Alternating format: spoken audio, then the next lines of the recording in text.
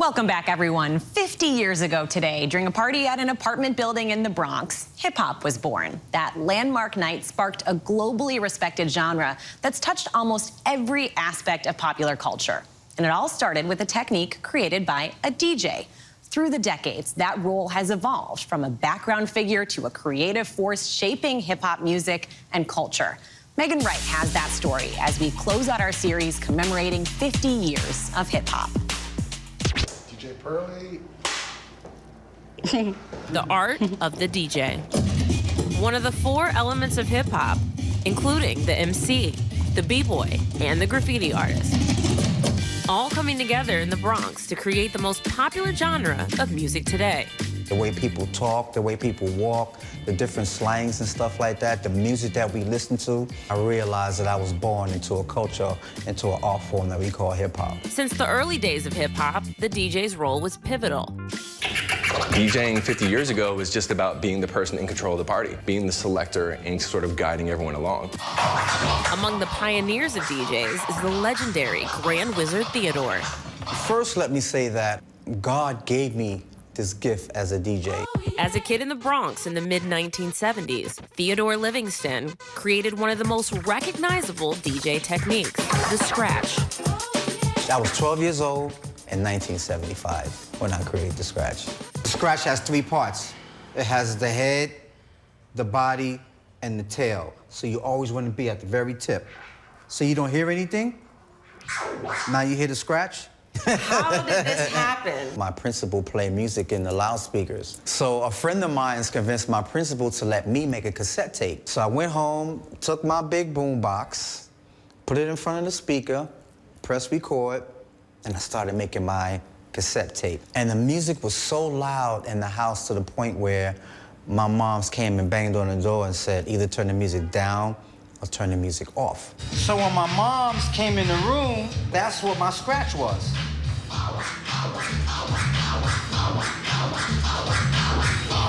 I was like, wow, I can incorporate that into, you know, all the other things I'm doing as a DJ.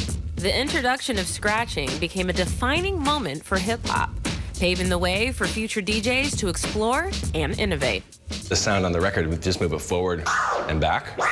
And that's really it. As simple as that sounds, it gave another level of expression that DJs didn't have before. And that really changed everything.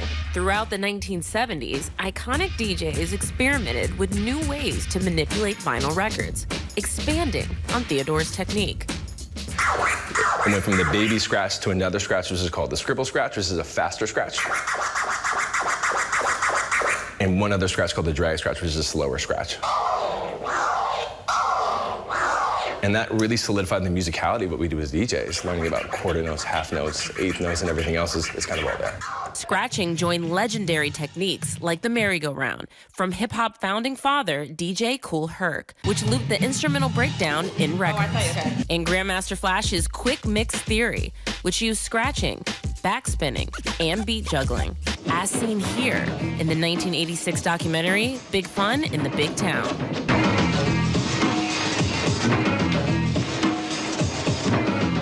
The DJ's role in hip-hop is the impetus, is the nucleus of the whole thing. It doesn't happen without the DJ. Flash's innovation eventually attracted a few MCs, and together, it's like a jungle sometimes. It makes me wonder how I keep from going under. Formed one of the first rap groups in hip-hop history, Grandmaster Flash and the Furious Five. There's no space for an MC to jump on a record without a DJ. There's no B-boys, B-girls break dancing without that break happening at the party where this is the break, the MC gets on and like it just doesn't happen. True Glory here is looping the beat.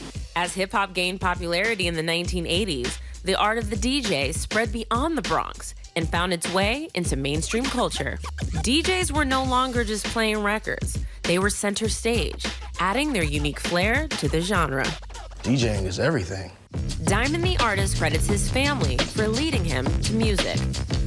I got introduced to the turntables by both of my brothers. They purchased turntables, and long story short, I taught myself how to DJ. Everything I have is because of the turntables. My house, my family, the fact that I'm in arenas 2 times a week still. I got something for him, B. And it led to touring with superstars like Beyonce, Prince, and Kevin Hart.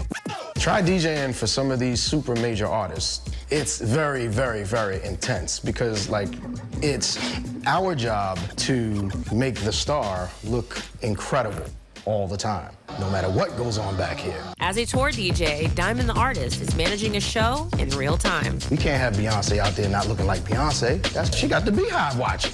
There's two, I feel like there's a few different types of DJs, but the two that I keep battling between which one I like to be is the DJ where I'm just bringing you into my own world, and then there's the DJs who will just play for like the crowd, like what you hear on the radio, what's like mainstream, what's popping on TikTok. Hey, what up, Nyla? What's up, guys? How are you? NYLA, Big Yeah. Nyla, not the little one. Nyla Simone is the youngest DJ on Power 105 in New York City. Like, I was kind of born into it, I feel like. I have like videos of my dad singing Arrested Development and like carrying me around the house. And I even started DJing in college. And then from there, I started realizing like, I think I could actually, you know, like do this. As one of the younger DJs on the scene, seeing the latest in evolution of the art form.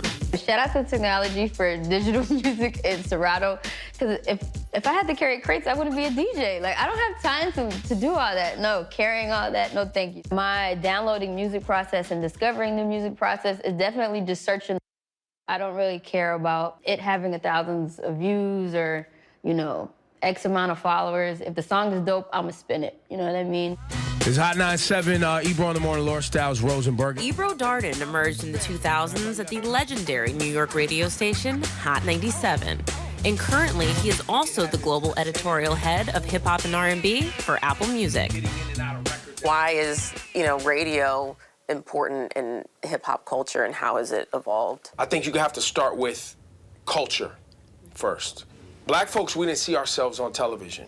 And the mainstream news isn't covering our neighborhoods and covering our stories. The DJ was still a part of that kind of curation, taste-making, moment. Modern technology helped to usher in the art form known as turntablism. I started teaching myself kind of both mixing and scratching. So I was teaching myself how to blend, teaching myself how to mix. I felt like I needed like a challenge to just like bump up the skills. DJ Pearly is the first woman to win the US DMC annual DJ battle twice. I'm gonna break it down for you. For first, this is what you do. No. First, you be a badass. It gets me speechless in a good way because I never thought I was gonna be the one to be that woman to do that groundbreaking, glass ceiling shattering moment for sure. Talk to me about the preparation it takes to get ready for, one of these, championships. I'm not gonna lie. I'm not gonna lie. It is stressful. A lot of people won't say it, but it is stressful. It's just hours of practice, just like full-on focus and determination. And the Bronx native credits the women before her for paving the way to the turntables. Jazzy Joyce, of course, Spinderella, Coco Chanel. As a woman in this space, is there anything that you can kind of like pinpoint some challenges that you have faced while making your climb in this industry? People giving me a hard time because I'm a woman or just not taking me seriously because I'm a woman. I say with time and the more I did the work, the more confident I grew, the more I saw the results myself. There's women here in the United States, there's women here in South America, there's women all over doing great things that you shouldn't be afraid of doing in a male-dominant industry.